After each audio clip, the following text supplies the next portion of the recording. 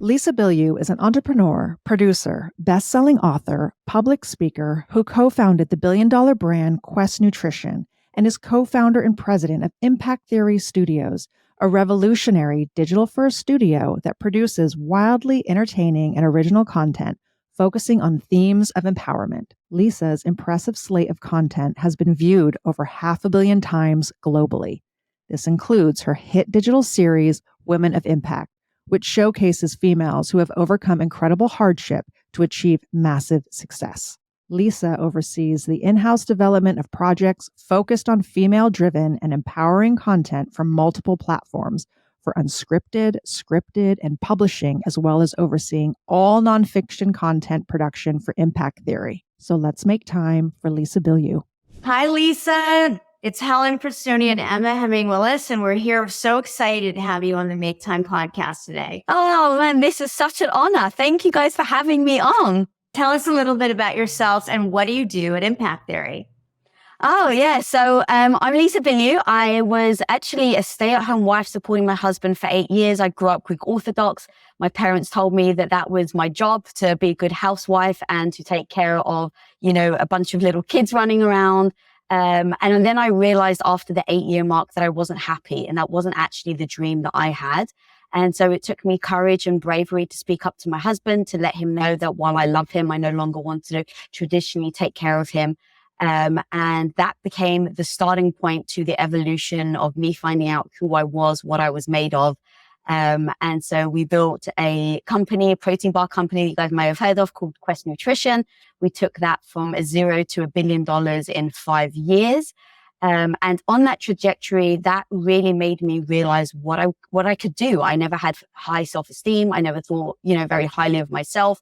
But when you're kind of thrown in the deep end, you have a choice to either swim or drown. And so because our house was on the line, I decided not to drown. And when you start to realize who you are and you start to shut down that negative voice in your head that's telling you no good, it really does pave the way for you to be able to do extraordinary things. And so that led me to, like I said, we built Impact Theory. We built Quest Nutrition. But Quest was amazing for the body. We had amazing people coming in saying, thank you so much for the bar. I've lost all this weight. I've changed my life. And while that was amazing, my mom was getting older and heavier the more Quest was getting successful. And so I tried to solve it by saying I could hire you a private chef. I can hire you, a trainer. And she kept saying, I can't lose the weight. I can't lose the weight. I'm too old. And what we finally realized, me and my husband, was there's a big gap between somebody that's already decided to take their health seriously, somebody already deciding to pick up a Quest bar instead of the Kit Kat bar. To realize that you can have any life you want is a decision. And my mom hadn't made that decision. And that's what we were facing. So me and my husband, after we'd built Quest, said, okay, no BS. What would it actually take to impact someone's life 360? Not just a part of it, not just once they've decided to take their health seriously, but actually decide 360. And what we realized was it starts with the mind, right? This is why you ladies have shown up. It's it all starts with the mind. And if you don't believe you're good enough, if you don't believe that you deserve better, then you're never going to act in accordance.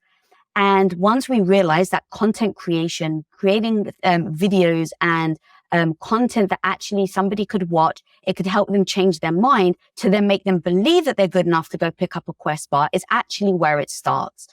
And so my background's filmmaking, my husband's background's filmmaking. And so we decided to take our money and put it where our mouth was. And so we built a studio that really does empowering content that gives people the tools that enable them to go out and live the life they actually want. And it so happens that my mom retired the same year we started Impact Theory, and she was quietly watching our content behind the scenes. And over the last 7 years, she's lost 120 pounds in her 70s and been able to keep that off. And when you ask her why, it's because now she realizes that she believes that she's good enough to have any life that she actually wants. And that's why I show up every day and fight for what I do. That is great. I grew up in a Greek Orthodox household also, so I share that with you.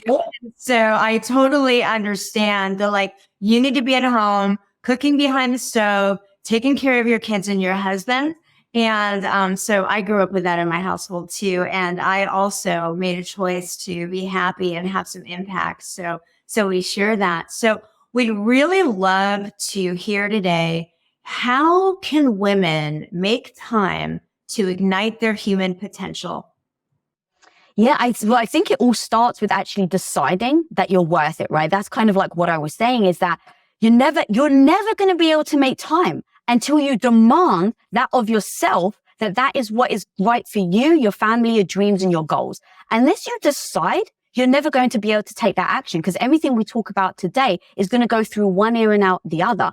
Now, motivation, right? All the things that we're going to talk about today may last an hour. People may feel great. Okay, I'm going to take my health seriously. I'm going to go out and crush it. But what happens in those moments where you fail? In those moments where the negative voice is telling you you're no good? What happens on those moments? You have to go back to the decision you've made.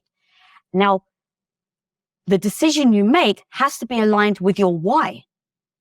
And I know this probably isn't the direct answer that you're looking for, but I really do think that this is the foundation that then people can build their house. Without that steady foundation, no matter what house you build, it's always going to collapse after a while. So it all comes to the decision and why you're making it. So why do you actually want to create human potential? Why do you actually want to realize your human potential in the first place? Is it, to take care of a loved one when they're sick, right? Obviously, you guys know that very well. Is it because you want these dreams and goals and you want to be alive until you're 100 to be able to see them through? Like, what is that why that you are so grounded in that when you're exhausted, you can keep coming back to as the reminder of why you need to keep getting back up?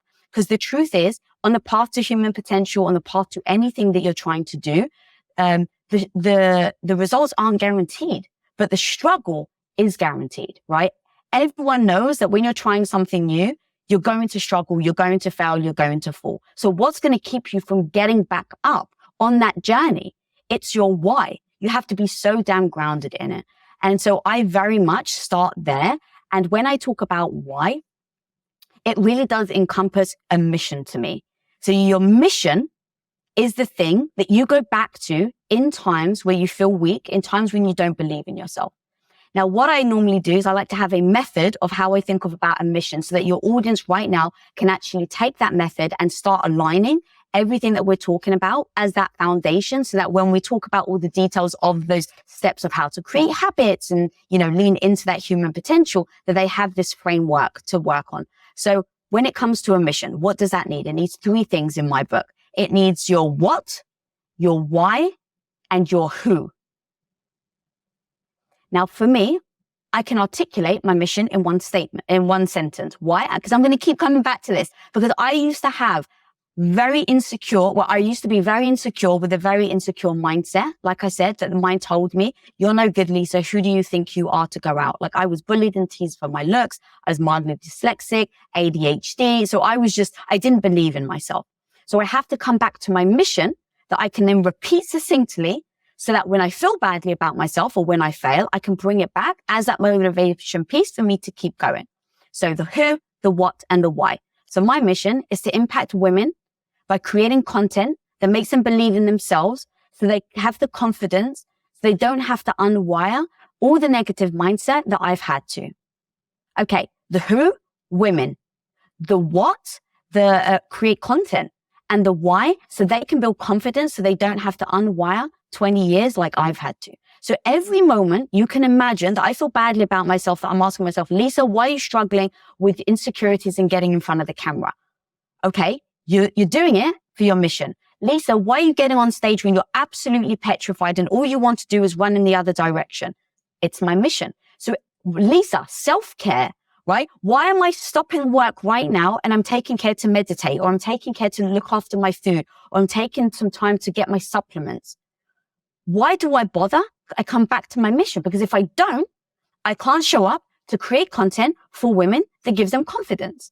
And so having that mission statement to start with is going to be imperative on any journey anybody takes on this path to creating their human potential.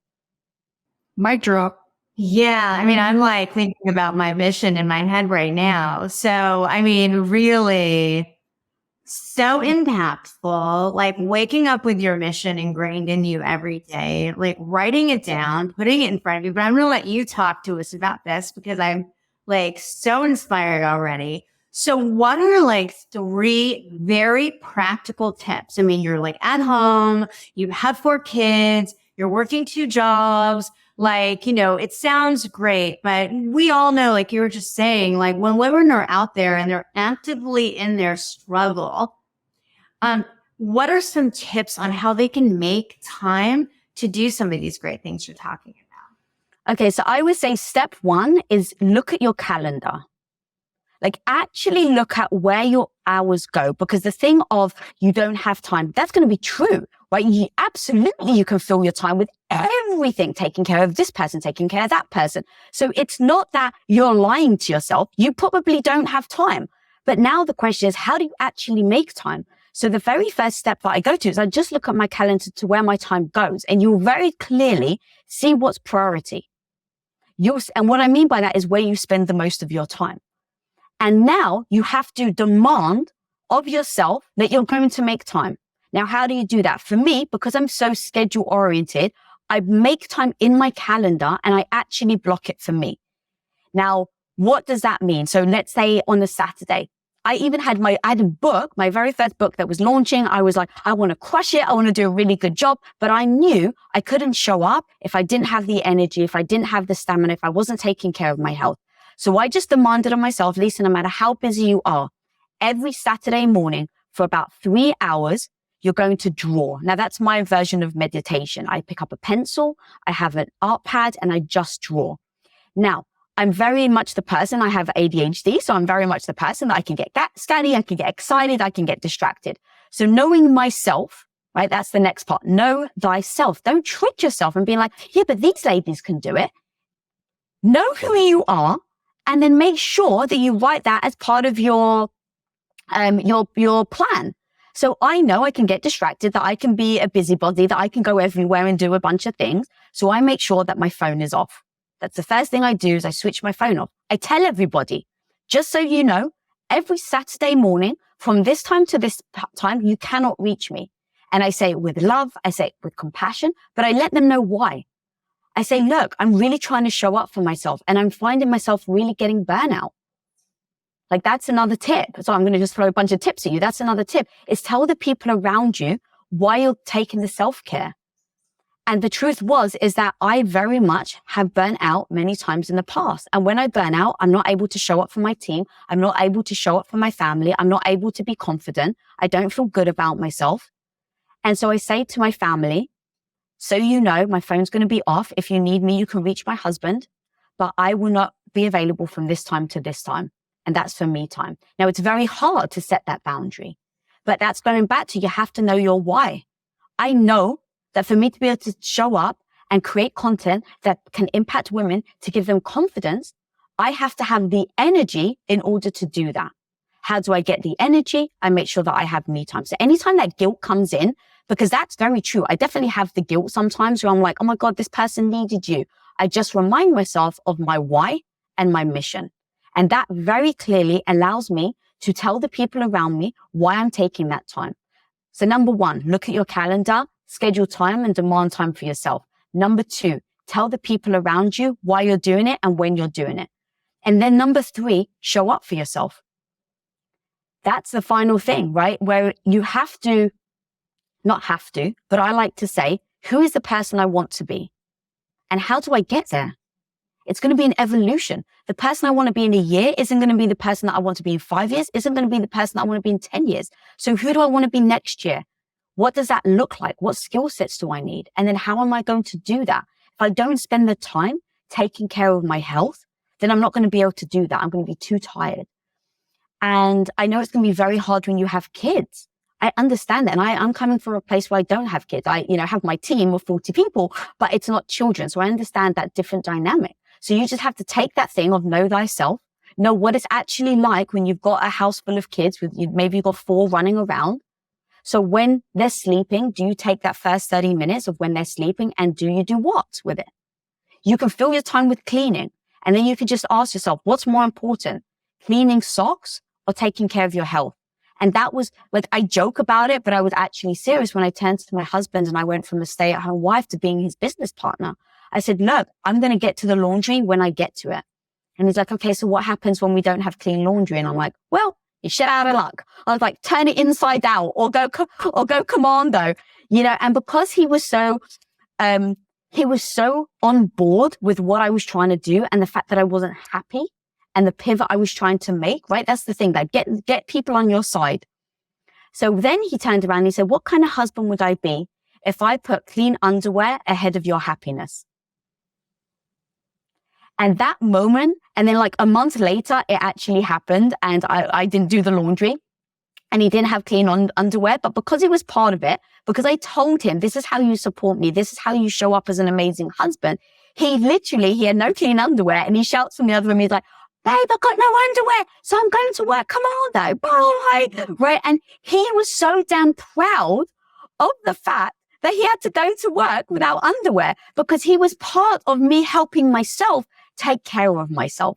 And so that's the final piece of getting that person or the people around you to want to see you win. And then anytime your belief system, because this was hard for me, guys. Like I said, I grew up in a Greek household where my mum used to iron my underwear. So you can imagine the horror of my mum when she heard that I did laundry once a month. But I just had to say to myself, what kind of life do I want? What does that look like? And I have to shed the belief systems that I had of what I thought it should be like, of me showing up every day for my family and for what I thought I should be doing. And then the final piece that I would just add to this is I had a guest on my show called Lisa Nichols. And she said, if you keep serving from your cup, right? If you've got a cup and it's full and you just keep serving from it, what's going to happen? You're going to get depleted. And now you've got nowhere to serve from your cup, even to yourself. But she said, if you keep filling your cup up with all the things you want to do, all the things that the health, the self-care, the happiness, all the things that make you happy, and now your cup overflows, now you can feed people from your saucer. Now you're never getting yourself depleted, because all you're ever doing is feeding people from your overfilled cup and from your saucer. And I love the analogy so much, because so many of us women have been taught that we put ourselves last. But now with this new analogy, if people can use that anytime they find their inclination to go back to where their belief system that they were told as little girls will take them, hopefully that will start to pull themselves out of like, hang on a minute, I'm serving from my cup. I need to serve from my overflow instead. I love that. I mean, I love how laser focused you are on your why. I can tell that you've done a lot of work and exploration there, which, I feel like for myself, I'm pretty focused on my why, but I feel like I can kind of get a little sharper on it. Yeah. And I think your whys can also evolve, right? Like I'm at a point right now where my why is evolving, and I'm having to rewrite my why in real time because the universe is writing it for me. And so I think you're laser focused on what your mission is and like writing your story, and the story that you're going to help support all these other people with is just so spot on. Lisa, I love it. Okay, Lisa, I'm going to ask you something. It sounds like you already know what you're doing in this area, but what are you not making time for that you are going to commit to making more time for today? Oh, no, I love this question. And the reason why is kind of even going back to what you're saying about how you keep changing your whys. I think it's very important to just, I almost say like mourn all the things you can't do. And what I mean by that is I have so many dreams and commitments that I want to do, but ultimately I'm one person and I don't want to burn out. Health is so important to me. So I have to say, like, I really did want to be a mother. Like, I actually really did want children. The only thing that I wanted more than children is to not have children and have my career. And so, but that doesn't mean that I didn't have to let go of something that I was really excited about. So I had to process that. I had to mourn it. My why changed. And I think that that's okay. I think a lot of us kind of put ourselves in a bucket and be like, well, you said that out loud. You've told your spouse or you told your parent, and now you have to live that for the rest of your life. And so I think it's super important to always keep addressing what you're not doing, and then ask yourself, is that still aligned with who I want to be today? And so to your point, Emma, it's like I have a laundry list of all the things that I want to do in life, but I just put them in order of priority. And then I go, okay, maybe I can only get to 2 of them. And if I can only get to 2 of them without burning out, then so be it. Now, what I do is every month or every quarter, I try to reassess. Does my third place, does my fourth place, does my fifth place now want to bump up to first place? Yes or no? And so I'm just very conscious of it. And so the things for me that health is just very important. So actually, that's the thing that I put above everything, before my business, before even my relationship with my husband. And I've been married for now 21 years. The reason being is because if I don't have my health, because I've had so many bad health issues before, I know how that has a knock-on effect to everything. So my health is number one. And there's a big gap between what's your priority and where do your hours go. That's also another thing. Because when I think about priorities, it's if they came into conflict, like if my health and my business came into conflict, I would choose my health. But I actually spend more time on my business than I do my health. So that's another thing of like, we have to like, at least for me, I don't just kind of blanket statement, oh, well, this is more important and that's what I do. No, I go, okay, priority on conflict and then priority on time. And so recently, I actually have dedicated my time to my brain health, which is why, like, I don't know if you guys know this, but this is such amazing timing for me because I was focusing on my health, but it was very much in the gut. It was, what am I eating? Do I eat on time? Because I've had so many gut issues. I literally, there was a point in my life where I could only eat 5 ingredients and I couldn't stand up for longer than 5 minutes at a time because my gut had been so inflamed that I just could barely eat anything. I was 20 pounds lighter than you guys see me now. My hair was falling out and it was just really bad all around. So I very much focused on my gut issues. But recently I started to feel like a lot of like fogginess, fatigue, decision fatigue. When I was on set, the lights were really impacting me. So I basically said, hang on, Lisa, you say that your health's priority, but right now you're ignoring this part of you that you haven't been paying attention to. And so I probably about a month and a half ago dedicated my time to now spending it on my brain. And so I'm very actionable, right? Because there's a big difference between saying you want to do something and then actually putting an action plan towards it. And because I'm someone that can get very emotional, I can get in my own way, I can give myself excuses. I know that about me. So I just say, Lisa, if you're saying this is a priority, what does that actually look like? So when it came to brain health, it was like, well, hang on a minute. You know, Dr. Amen, he's one of the best brain doctors in the world. Call him up and go get your brain scan. Number 1. Number 2, what are your bad habits that you do? Reduce them. Number 3, do you prioritize sleep? And I just literally went through a list of how I'm going to optimize my brain. And I started doing it. Like I just held myself accountable. And so, you know, you're seeing me in this stage of that now becoming one of my top priorities over my gut health, where it's, you know, I'm taking supplements religiously for my brain, omega-3s. I'm eating more salmon. I'm going to bed earlier.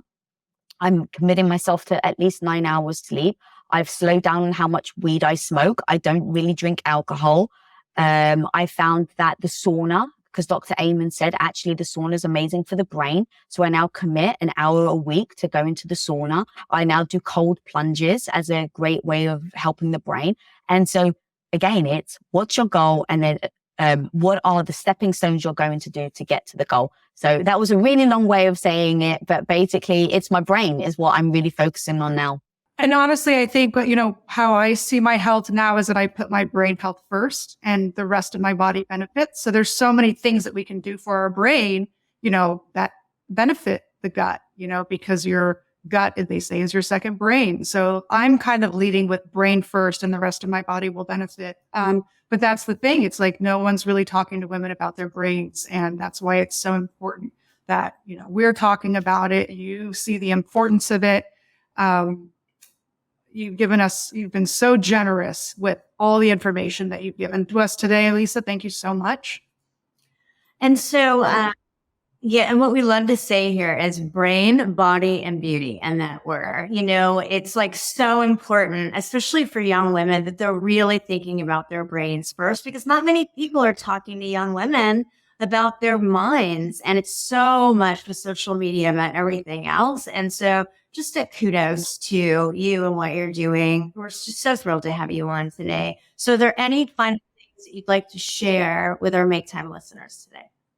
It really does haunt me, and I use that word deliberately, on how I can message younger women to pay attention to their health and their brain before they get to the point where they have massive gut issues like me. Like 7-year journey, I've been trying to now undo all the bad habits of worrying about eating fat, worrying about how I looked, that it really did such detriment to my gut. And then seeing my grandmother had dementia.